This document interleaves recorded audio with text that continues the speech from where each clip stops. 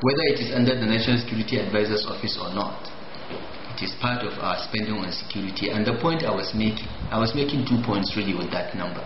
I was making the point that the power sector got only 91 billion, while the National Security Advisor got 208. And if you add the budget of police and defense, we are spending nearly 900 billion on security, but only 90 billion on power. In a country where we all recognize we need electricity, even the security will not be possible without electricity.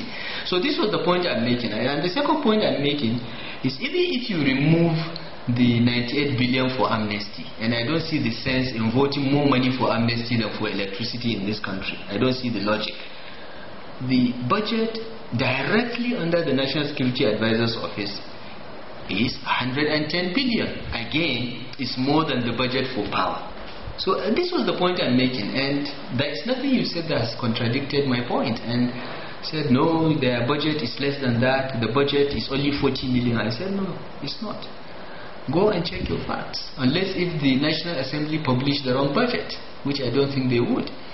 So this was the, I think they tried to prove that there is something false about what I wrote, and they couldn't. They tried to imply that I have no right to have an opinion other than praise the president, and I told them that I did.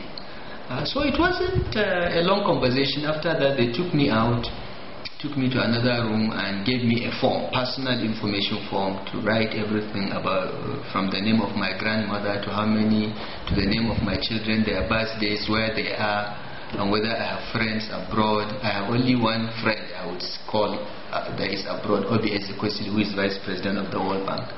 And so when they asked me to name my referees, cheekily, I wrote Olusegun Obasanjo, Good Luck Jonathan, and Namadi Sambu.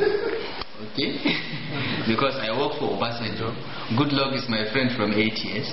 And Namadi Sambu I have known since our days in university in 1976. So I wrote them as my referees. Let them go and ask them about my character.